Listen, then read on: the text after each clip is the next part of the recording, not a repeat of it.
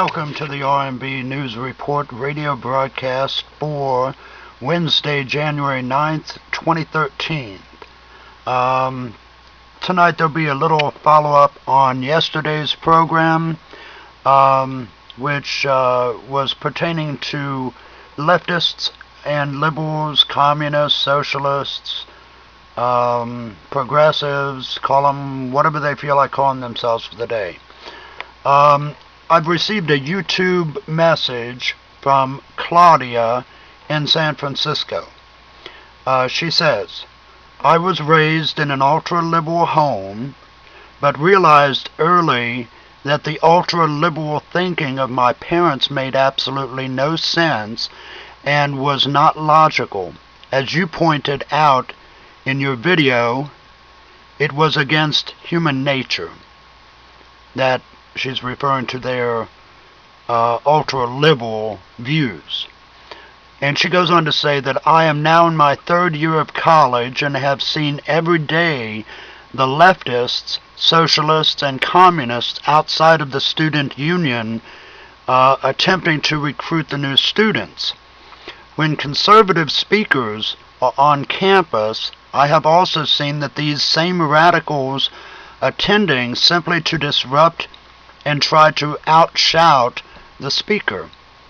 Obviously, they do not believe in freedom of speech, as they regularly attempt to deny conservatives the same freedom of speech that they demand.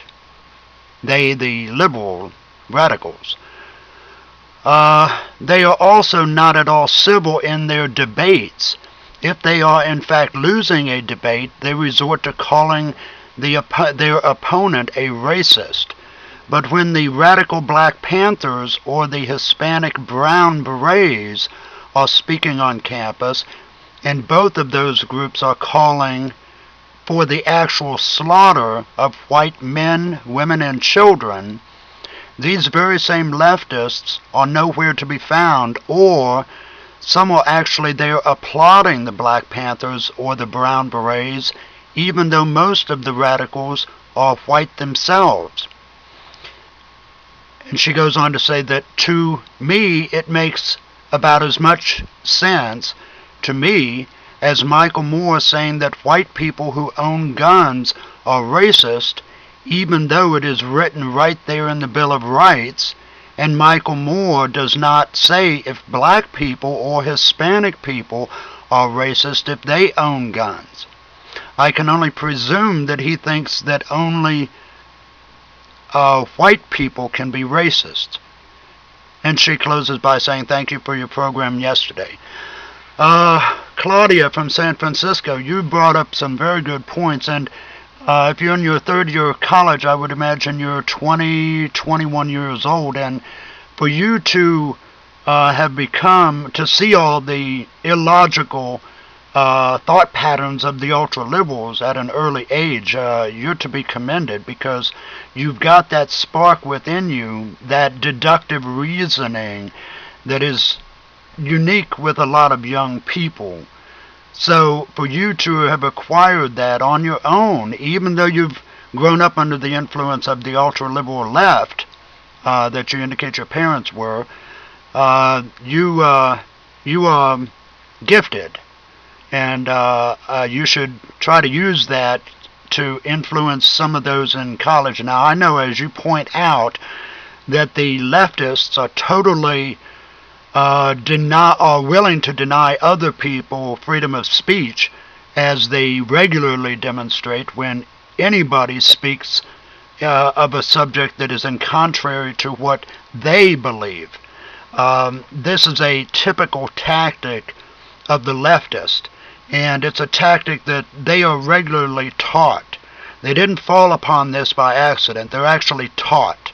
And yes, it is quite common, just about in every university, for these radical leftists to begin their indoctrination and recruiting of sophomores. I guess the first year a university is referred to as sophomores. So they try to get them during their first year that they get there, because in the first year of a university, a new student is in a strange place. They don't know anybody, they don't have any friends there, and they're naturally eager to make friends. And most of the conservative students and regular people that are attending university are preoccupied with their own studies to better themselves, whereas the leftist radicals seem to have parental support financially so that they don't have to go find a job. And the radicals seem to have a lot of time on their hands to, like you mentioned, meet at the student union building and try to recruit the new sophomores that are coming in.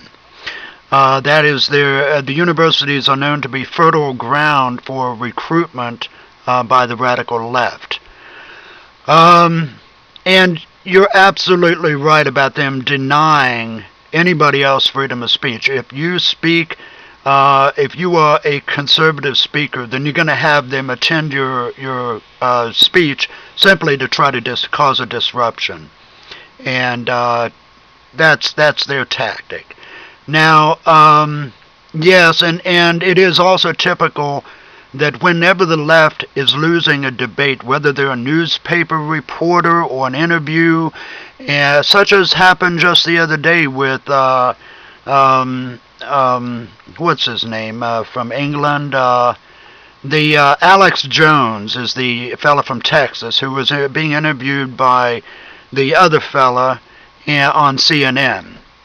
And so Alex Jones is very familiar in the journalism field, so he didn't fall for it. But you're absolutely right, Claudia, that if they begin to lose a debate, they will resort to name calling, such as racist, even though there's absolutely no basis for them to believe that you are a racist. That is their tactic. And they are taught that by the radicals when they're young, and they actually attend meetings which are strategy meetings. When I was in university, I used to date a woman who was a radical leftist. Well, I was only 18 years old. I had no clue about politics or left or right or socialist or free market enterprise. I was fresh kid on the block, the sophomore or the freshman or whatever you call them, and the first year of university. So she toted me along to one of these strategy meetings, and that's where I learned what these people were all about. So they attend meetings simply to cause a disruption. And so yes, that occurs. Now, as far as the Black Panthers and what you refer to as the Hispanic Brown Berets. Now, I am familiar with, of course, the Black Panthers. There's no secret. What you probably saw is a group called the New Black Panthers. But you're right. They regularly advocate the annihilation of the white man, women, and children. They have no restraint at all. They don't mask it, and it's tolerated by the university alumni somehow or another. I don't understand that either. And the Hispanic Brown Berets are equally as racist and advocating violence and slaughter of white men and women and children, the same as the Black Panthers. So, yes, both of those groups are outspoken racists themselves. Now, I'm up against a hard break here, so I'll have to take this commercial break, but I want to continue responding to Claudia's message when I return off of this commercial break. Thank you.